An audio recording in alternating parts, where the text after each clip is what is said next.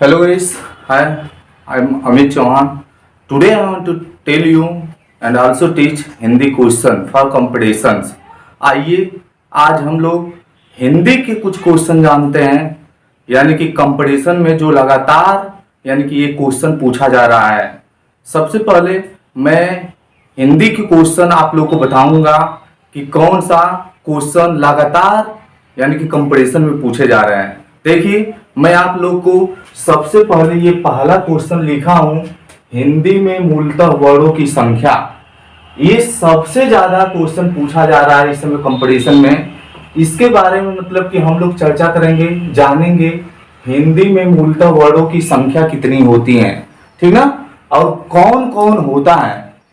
देखिए सबसे पहले आपसे कोई प्रश्न पूछे हिंदी में मूलतः वर्णों की संख्या कितनी होती है, आपसे कोई पूछे तो ऑप्शन पहला है 50, ऑप्शन दूसरा है 49, ऑप्शन तीसरा है 44 और चौथा ऑप्शन है 52। तो आप किस पे ट्रिक करेंगे? आपसे कोई पूछेगा तो आप 52 पे ट्रिक करेंगे, क्योंकि हिंदी में मूलतः वर्णों की संख्या पूछ रहा है तो आप 52 पे ट्रिक करेंगे। यदि आपसे हिंदी में व्यंजनों की संख्या पूछे तो आप 33 यानी 33 मारेंगे। यदि आपसे स्वरों की संख्या पूछे तो 11 मारेंगे।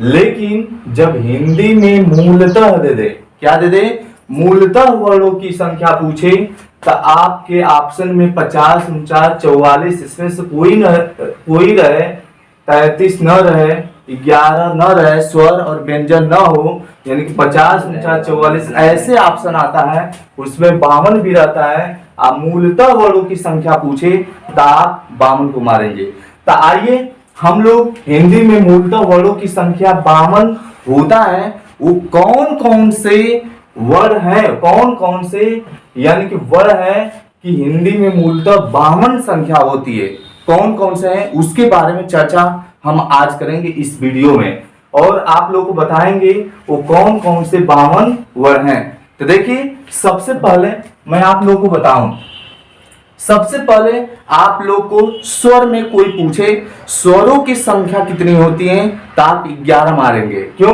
स्वरों की संख्या पूछे तो 11 ऑप्शन में रहे, 13 रहे, 14 भी दे दे, 9 भी दे दे तो आप 11 मारेंगे।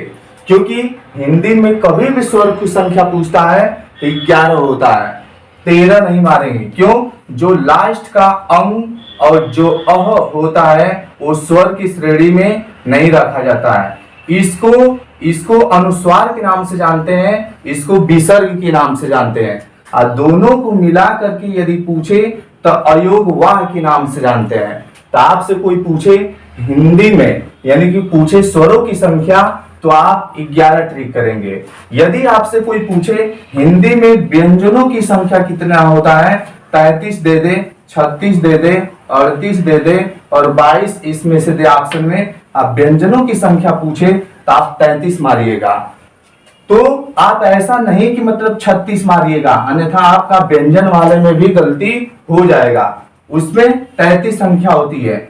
36 आप लोग क से ज्ञ तक जो गिनते हैं, लास्ट वाला छ, त्र और ज्ञ जो होता है ये वाला व्यंजन की श्रेणी में नहीं रखा जाता है, यानी कि जो व्यंजन पूछा जाता है कुल व्यंजनों की संख्या 33 की श्रेणी में नहीं आता, इसको हम लोग काउंटिंग नहीं करते हैं। तो आइए हम लोग जानते हैं हिंदी में मूलतः वर्णों की संख्या 52 होती है, वो कौन कौन से वर्ण हैं जो 52 मिलकर के मूलतः वर्णों की संख्या बनाते हैं। तो आइए हम लोग जानते हैं कौन कौन से हैं। तो देखिए सबसे पहले मैं आप लोग को बताया हूं हिंदी में स्वरों की संख्या कोई पूछे तो 11 होती है। तो स्वरों को भी यदि स्वर में भी एक हरस्व स्वर होता है, क्या होता है, हरस्व स्वर। तो इसमें से पहला हरस्व स्वर, हरस्व स्वर यदि आपसे कोई पूछे तो हरस्व स्वर की संख्या आप बताइएगा 4 होता है। क्या होता है? 4 होता है। वो कौन कौन से होता है जो हरस्व स्वर के श्रेणी में आता है? देखिए यानी कि अ हो गया, ई हो गया, उ हो गया, री हो गया, ठीक। ये 4 जो है यानी कि हरस्व स्वर की श्रेणी में आता है। इसी ह्रस्व स्वर को हम लोग एक अन्य नाम से मूल स्वर के नाम से जानते हैं। किसके स्वर के नाम से? मूल स्वर के नाम से जानते हैं। तो आपसे पूछे हिंदी में ह्रस्व स्वर की संख्या, तो 4। अन्य ह्रस्व स्वर को मूल स्वर के नाम से जानते हैं। कौन कौन? अ, ई, उ और ई को। ठीक ना। अब देखिए इसमें दूसरा पॉइंट है, यानी कि आपसे दीर्घ स्वर कोई पूछे, यानी कि दीर्घ स्वर की संख्या पूछे, तो आप लोग 7 यानी कि 7 बताइएगा। कौन कौन? ये चारों को छोड़ेंगे तो जो बच रहा है उसको दीर्घ स्वर के अंतर्गत आएगा। कौन कौन? देखिए, आ हो गया, बड़ी ई हो गया, इसी को दीर्घ ई के नाम से जानते हैं। ठीक ना। फिर उ हो गया, फिर इसके बाद ये हो गया, फिर अ हो गया, फिर ओ हो गया, फिर औ हो गया। कितना हुआ? यानी कि 4 और 3 7। आ, ई, उ, ए, ओ, औ। ये जो 4 है इसको दीर्घ स्वर के नाम से जानते हैं। इसका मतलब स्वर की संख्या देखिए 7 और 4 11। इसी को मतलब की काउंटिंग करके पेपर में पूछा जाता है स्वरों की संख्या कितनी होती है। तो 7 और 4 क्या होता है? 11। जो अंग अह बताया हूं ये स्वर की श्रेणी में नहीं आता, इसको अयोगवाह के नाम से जाना जाता है। और एक एक पूछता है तो इसको अनुस्वार के नाम से, इसको विसर्ग के नाम से जाना जाता है। अब देखिए ह्रस्व स्वर हो गया, दीर्घ स्वर हो गया। अब इसके बाद अस्पर्श व्यंजन। अस्पर्श व्यंजन की संख्या यदि आपसे कोई पूछे तो स्पर्श व्यंजन की संख्या 25 होता है। कितना होता है? अस्पर्श व्यंजन की संख्या 25 होता है। कौन कौन होता है? जैसे देखिए, ध्यान से समझिए, जो वर्ग होते हैं 5 वर्ग होता है। जैसे क वर्ग, च वर्ग,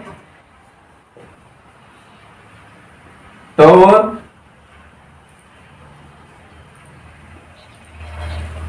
क, च, ट, फिर प वर्ग,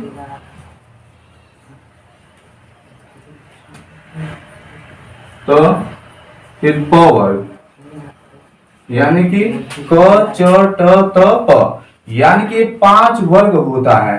ठीक ना। 5 वर्ग, क, च, ट, त, प। ये पांचों वर्ग में 5-5 वर्ड आते हैं। जैसे क, ख, ग, घ, अंग। ठीक। और देखिए च, छ, ज, ज, इय। फिर देखिए ट, ठ, ड, ढ, र, फिर त, थ, द, ध, न, प, फ, ब, भ, म। देखिए ये 5 वर्ग होता है। इस पांचों वर्ग में ये जो संख्या होती है, यानी कि पांचों वर्ग का ये पहला वर्ग, दूसरा वर्ग, तीसरा, चौथा, ये 5वां वर्ग। पांचों वर्ग का जो 5 वर्ग यानी कि अक्षर आते हैं, इसी को बोला जाता है अस्पर्श व्यंजन। क्या बोला जाता है? अस्पर्श व्यंजन। अस्पर्श व्यंजन की संख्या पूछे तो 5 5 5 5 5 यानी 5 पचे 25 होता है। तो स्पर्श व्यंजन की संख्या कितनी होती है? 25 होता है। तो इसका मतलब हिंदी में मूलतः वर्णों की संख्या कितनी होती है? 52। तो मैं आपको बता रहा हूं 4 ह्रस्व स्वर हो गया, दीर्घ स्वर 7 हो गया और स्पर्श व्यंजन 25 हो गया। और आइए देखते हैं कौन होता है। अब देखिए एक द्विगुण व्यंजन, इसको बोला जाता है द्विगुण व्यंजन। द्विगुण व्यंजन की संख्या 2 होता है। कितना होता है? 2। वो कौन कौन सा होता है उसको जाना जाए। जैसे ड और ढ। ड ढ को द्विगुण व्यंजन के नाम से जाना जाता है। द्विगुण व्यंजन किसे कहते हैं उसके बारे में थोड़ा सा चर्चा कर रहे हैं। देखो द्विगुण व्यंजन उस व्यंजन को कहते हैं जिसका 2 गुण हो, यानी कि उसे द्विगुण व्यंजन कहते हैं। जैसे कैसे हम जानेंगे इसका 2 गुण है, यानी कि ड ढ को द्विगुण व्यंजन कहा जाता है। इसके नीचे इस तरह जो लगाया जाता है ये वाला, ठीक ना, ये भी द्विगुण व्यंजन है, और जिसमें नहीं लगता है वो भी द्विगुण व्यंजन है। इसका मतलब द्विगुण व्यंजन की संख्या 2 होती है। नीचे लगा देंगे तब भी द्विगुण व्यंजन, इसको नहीं लगाएंगे तभी द्विगुण व्यंजन। कैसे 2 गुण होता है इसको देखिए। जैसे हम कह दें, जैसे डमरू, जैसे हम लोग लिख लिए डमरू। देखिए एग्जाम्पल में यानी कि उदाहरण में हम लोग क्या लिख रहे हैं, जैसे डमरू, फिर जैसे लिख दिए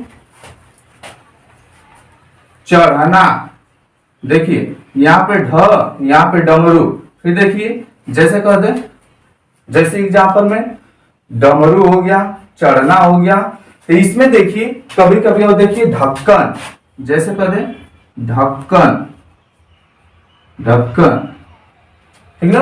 डमरू हो गया, चढ़ना हो गया, ढक्कन हो गया। तो ये देखिए क्या क्या 2 गुण आ रहे हैं सब। देखिए यानी कि जब हम लोग ढ लिख रहे हैं तो नीचे नुक्ता यानी बिंदु का प्रयोग नहीं कर रहे हैं। इसका मतलब बिंदु का प्रयोग नहीं कर रहे हैं। लेकिन जब बीच में और अंत में कभी लिखेंगे तो बिंदु का प्रयोग करेंगे। इसका मतलब जब द्विगुण व्यंजन उसे कहते हैं जिसका 2 गुण हो। इसका मतलब जो शुरू में यदि ड ढ आता है तो नीचे बिंदु का प्रयोग नहीं किया जाता है, और बीच में या तो अंत में कभी भी आ जाए तो उसमें बिंदु का प्रयोग किया जाता है। इसीलिए इसको द्विगुण व्यंजन के नाम से जाना जाता है। क्यों? क्योंकि मतलब कि इसकी द्विगुण का मतलब ये होता है 2 गुण होना। यानी कि शुरुआत में जब रहेगा तो बिंदु का प्रयोग नहीं करेंगे, लेकिन अंत में चाहे बीच में रहेगा तो देखिए बीच में आ गया तो इसमें बिंदु का प्रयोग कर दे, शुरू में नहीं किए हैं। ठीक ना, ठीक ना। डमरू में देखिए यानी कि ये शुरुआत में है तो इसमें शुरुआत में कोई प्रयोग नहीं किए हैं, लेकिन कभी कभी ऐसा एग्जाम्पल है जो लास्ट में रहे चाहे बीच में रहे। तो इसका भी एग्जाम्पल देखिए,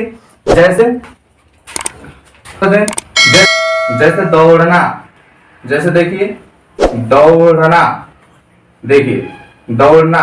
इसका मतलब यानी कि ये शुरू में है तो इसमें बिंदु का प्रयोग नहीं किया गया है, लेकिन बीच में आ गया तो इसमें बिंदु का प्रयोग जरूर करेंगे। इसीलिए इसको द्विगुण के नाम से जानते हैं। ठीक ना। तो आपसे कोई पूछे द्विगुण व्यंजन किसे कहते हैं तो ये बताइएगा, जिसका 2 गुण हो उसे द्विगुण व्यंजन कहते हैं। द्विगुण व्यंजन की संख्या कितनी होती है तो ड और ढ होता है। द्विगुण व्यंजन क्यों होता है? क्योंकि जो शुरू में ड और ढ आएगा तो उसमें नीचे बिंदु का प्रयोग नहीं करेंगे, लेकिन बीच में जब आएगा तो उसमें बिंदु का प्रयोग करेंगे। इसलिए 2 गुण यानी कि द्विगुण के नाम से जाना जाता है। चलिए आइए दूसरा देखते हैं।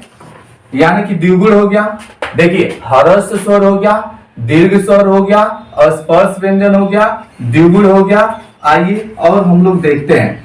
एक होता है आगत, आगत व्यंजन। यानी कि आपसे कोई पूछे आगत व्यंजन की संख्या कितनी होता है तो ये भी 2 होता है। कौन कौन? यानी कि ज और फ, यानी कि ज और फ जो होता है इसको आगत व्यंजन के नाम से जानते हैं। तो ध्यान से देखिए, यानी कि हरस स्वर 4, दीर्घ स्वर 7, स्पर्श व्यंजन 25, द्विगुण व्यंजन 2, आगत व्यंजन कितना 2 हो गया। ज और फ को बोला जाता है आगत व्यंजन। और देखिए ध्यान से देखिए, यानी कि अंतस्थ व्यंजन, अंतस्थ व्यंजन। अंतस्थ व्यंजन की संख्या आपसे पूछे तो बताइएगा, ये भी कितना होता है 4 होता है। कौन कौन होता है? देखिए य, र, ल और व। य, र, ल, व को बोला जाता है अंतस्थ व्यंजन। अब देखिए इसमें और क्या चीज आता है, ध्यान से देखिए। हरस, दीर्घ, स्पर्श, द्विगुण, आगत, अंतस्थ। फिर इसमें आता है ऊष्म व्यंजन, ऊष्म व्यंजन। ऊष्म व्यंजन की संख्या आपसे पूछे तो इसको भी बताइएगा 4 होता है। कौन कौन? तालव्य स, दंत स, फिर उसके बाद आता है मूढ़ा स, फिर ह। यानी कि इसी को बहुत लोग बड़ा सा, छोटा सा, मूढ़ा सा, ह बोलते हैं। इसको बोलिएगा तालव्य स, दंत स, मूढ़ा स और इसको ह। यानी कि इसको ऊष्म व्यंजन के नाम से जानते हैं। इसकी संख्या कितना होता है 4 होता है। और देखिए यानी कि ह्रस्व स्वर हो गया, दीर्घ स्वर हो गया, स्पर्श, द्विगुण, आगत, अंतस्थ, ऊष्म। अब आता है संयुक्त व्यंजन। क्या होता है? संयुक्त व्यंजन। संयुक्त व्यंजन की संख्या आपसे पूछे तो इसको बताइएगा 4 होता है। कौन कौन होता है? देखिए छ, त्र, ज्ञ और स्र, यानी कि ये 4 जो होता है संयुक्त व्यंजन के नाम से जाना जाता है। तो देखिए ध्यान से हमारी बात सुनिए। हिंदी में मूलतः वर्णों की संख्या कोई पूछे 50, 49, 44, 52, तो आप कितना ट्री करिएगा? 52। कौन कौन 52 में आता है? ह्रस्व स्वर संख्या 4, दीर्घ स्वर 7, स्पर्श 25, द्विगुण व्यंजन 2, आगत व्यंजन 2, अंतस्थ व्यंजन 4, ऊष्म व्यंजन 4 और संयुक्त व्यंजन 4। अब देखिए काउंटिंग जब करिएगा तो 4, यानी कि काउंटिंग करके दिखा दें कहीं पे, नहीं तो आप कहेंगे कि 52 नहीं हो रहा है। देखिए यानी कि सबसे पहले यानी कि देखिए 25 आपका हो गया स्पर्श व्यंजन, 7 आपका हो गया दीर्घ स्वर, 04 यानी कि ये आपका हो गया ह्रस्व, इसी को मूल स्वर के नाम से जाना जाता है। फिर द्विगुण व्यंजन यानी कि ये 2 हो गया, इसी को द्विगुण व्यंजन को उत्क्षिप्त व्यंजन के भी नाम से जाना जाता है। जानते रहिएगा, यदि आपसे कभी भी प्रश्न पूछ दे उत्क्षिप्त व्यंजन की संख्या तभी भी ड बताइएगा, द्विगुण व्यंजन पूछेगा तभी भी ड, ठीक है। और आगत व्यंजन की संख्या 2, अंतस्थ व्यंजन की संख्या 4, ऊष्म व्यंजन की संख्या 4 हो गया, ठीक है। अब देखिए संयुक्त व्यंजन की संख्या 4 हो गया। काउंटिंग कर लीजिए 1 2 3 4 5 6 7 8, 1 2 3 4 5 6 7 8। अब काउंटिंग करिए 7 5 12, 12 4 16, 17 18 19 20 21 22 23 24 25 26 27 28 32, 32 को 2 हाथ में लगा 3 और 3 2 5, यानी कि ये आपका हो गया 52। यानी कि आपसे कोई पूछे कितना है, यानी कि देखिए यानी कि ये 52 संख्या आ गया। तो आपसे कोई पूछे हिंदी में मूलतः वर्णों की संख्या कितना होता है? 52। काउंटिंग करके देखेंगे यही शब्द ये हैं जो 52 मूलतः वर्णों की संख्या बनाते हैं सब। देखिए काउंटिंग करके देखिएगा 52 आएगा। सबसे पहले कुछ और क्वेश्चन इसमें से है, देखिए यानी कि कुछ और बता दें। देखिए ये जो संयुक्त व्यंजन है इसकी संख्या 4 होता है, लेकिन आपसे कोई पूछेगा संयुक्त व्यंजन 2 वर्णों से मिलकर के बनता है, वो कौन कौन से वर्ण हैं जो 2 वर्णों से मिलकर के संयुक्त व्यंजन का निर्माण होता है? तो जो छतरी वाला छ है ये 2 वर्ण से मिलकर के बनता है। कौन कौन? देखिए सबसे पहले छ हो गया, त्र हो गया, ठीक ना, छ त्र, फिर ज्ञ हो गया, एक स्र हो गया। इधर दिख रहा है ना जी कौन? इधर दिख रहा है? Yes sir. देखिए 2 वर्णों से मिलकर के बनता है, यानी पहला क और स, क और स, यानी कि जो मूर्धा वाला स रहता है ये 2 वर्णों से मिलकर के बनता है छ। अत्र त और र, त और र से मिलकर के बनता है त्र, और ज और प्लस य, ये भी जो पहला वर्ण रहेगा वो आधा रहेगा, ठीक ना, इसमें नीचे हलंत ऐसे लगा रहेगा, ठीक ना। और स्र देखिए यानी कि तालब स, इसको तालब स जिसको बड़े स के नाम से बहुत लोग बोलते हैं, स प्लस र से मिलकर के बनता है स्र। तो इसी को बोलते हैं, आपसे कभी प्रश्न पूछ दे यानी कि 6 वर्ण का 2 वर्णों से मिलकर के कौन कौन से वर्ण हैं जो 6 का निर्माण करते हैं, तो क और मूर्धा स से क्या बनता है? स, और त्र से त और र से त्र, और ज्ञ ज और ञ से ज्ञ, और तालब स प्लस र से स्र का निर्माण होता है। इसी को बोला जाता है संयुक्त व्यंजन। ऊष्म व्यंजन बता दिए, इसको यानी कि जो बड़ा स होता है इसको तालब स के नाम से जानते हैं, ये वाला दंत स के नाम से जानते हैं, ये वाला जो होता है मूर्धा स के नाम से जानते हैं। और ये जो अंतस्थ व्यंजन है इसको हम लोग हिंदी में, ध्यान से सुनिए, इसको यदि कोई पूछेगा इसको किस नाम से जानते हैं तो अंतस्थ व्यंजन के नाम से जानते हैं, ठीक ना। और देखिए ये आगत व्यंजन है, यानी कि दो वर्ड है ज और फ। ये द्विगुण व्यंजन है ड और ध। ये स्पर्श व्यंजन आप लोग को बताया है 25 होता है। दीर्घ स्वर बताया है आ, ई, उ, ए, ओ, और ये होता है। अब देखिए कुछ इसमें से कुछ क्वेश्चन और देखिए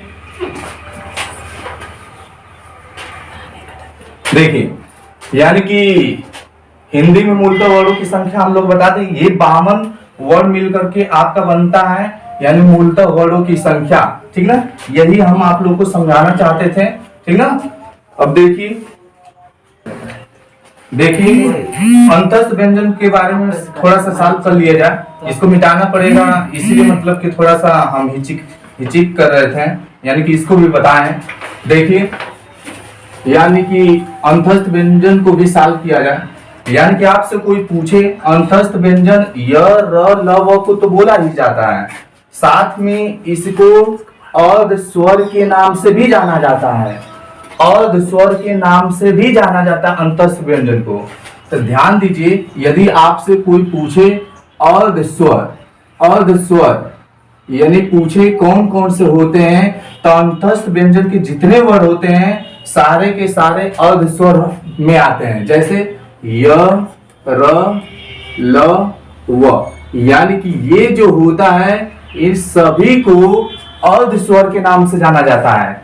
देखिए इसमें बहुत बार क्वेश्चन पूछ चुका है, यानी कि अर्ध स्वर है, यानी पूछा है अर्ध स्वर है, दे दे ऑप्शन में आपको य दे दे, ठीक ना, फिर ऑप्शन में य दे दे, स दे दे, तालब वाला स दे दे, फिर मान लीजिए ज दे दे, फिर दे दे कोई भी इसमें से व्यंजन ले लीजिए, फिर मान लीजिए ह दे दे। आपसे कोई पूछे अर्ध स्वर है, तो देखिए अर्ध स्वर की संख्या 4 ही होता है, य, र, ल, व, तो इसमें से जो भी आएगा वो अर्ध स्वर होगा। ये नहीं है, ये नहीं होगा, ये भी नहीं है, ये भी नहीं है, तो यही आपका अर्ध स्वर होगा। तो देखिए ध्यान से, कभी कभी इसी में और क्वेश्चन बनाते हैं, अर्ध स्वर है, बाई दे दे, य दे दे, इसमें ल भी दे दे, और कोई दूसरा वर्ड दे दे, जैसे ज दे दे और फ दे दे, और आपसे पूछे यानी कि अर्ध स्वर है, तो देखिए य भी दिया है, ल भी दिया है, ज, फ, इसमें ए बी दोनों नहीं दिया है, कि आप उस कंडीशन में सोचेंगे अर्ध स्वर 4 होता है, लेकिन य भी दे दिया, ल भी दे दिया, उस कंडीशन में किसको मारिएगा, य को मारिएगा। इसका मतलब कि मुख्यतः में आप समझिए, यानी कि ज्यादा ये चारों जो मतलब व्यंजन है इसमें से य और व को ही अर्ध स्वर की श्रेणी में ज्यादा से ज्यादा रखते हैं, और जो र और ल है इसको भी अर्ध स्वर कहा जाता है। लेकिन किस कंडीशन में अर्ध स्वर कहेंगे उसको, बाय द वे किसी भी ऑप्शन में य और व न दे और र और ल दे दे, आप पूछे अर्ध स्वर है तो आप इसको ट्रिक करिएगा। जैसे हम कह रहे हैं कि अर्ध स्वर है और आपको ऑप्शन दे दे, मान लीजिए क दे दे, च दे दे, और फिर मान लीजिए ल दे दे, फिर ह दे दे, आप पूछे अर्ध स्वर है, तो उस कंडीशन में देखिए न तो य दिया न तो व दिया, तो उस कंडीशन में आप किसको, ल को मारिएगा। इसका मतलब अर्ध स्वर में 4 आते हैं, लेकिन मुख्यतः ज्यादा से ज्यादा य और व को ही अर्ध स्वर माना जाता है। इसको हम तब मानेंगे यानी कि जब ऑप्शन में य और व न रहे, य और व न रहे, लेकिन चारों के चारों ऑप्शन में रहे, ऐसे अर्ध स्वर की संख्या है य, र, ल, व, और फिर बड़ा सा छोटा सा ह, इसको बोला जाता है तालव्य मूर्धा दंत, इसको ह, इस तरह ऑप्शन दे दे, और फिर क, ख, ग, घ ऐसे दे दे, और नन दे दे इसमें, तो उस कंडीशन में अर्ध स्वर की संख्या क्या मारिएगा, ये चारों, यानी कि ये चारों अर्ध स्वर बोला जाता है। ठीक है, तो देखिए इसी जगह पे मैं वीडियो को रोकने जा रहा हूं, क्योंकि मतलब वीडियो बहुत बड़ा हो जाएगा, इसमें बहुत क्वेश्चन बचा है। अगले वीडियो में मैं सारे के सारे क्वेश्चन और अच्छे तरीके से सॉल्व कराऊंगा। यदि आपको समझ में आया हो, अच्छा लगा हो, तो लाइक, कमेंट और सब्सक्राइब जरूर करिएगा। जय हिंद।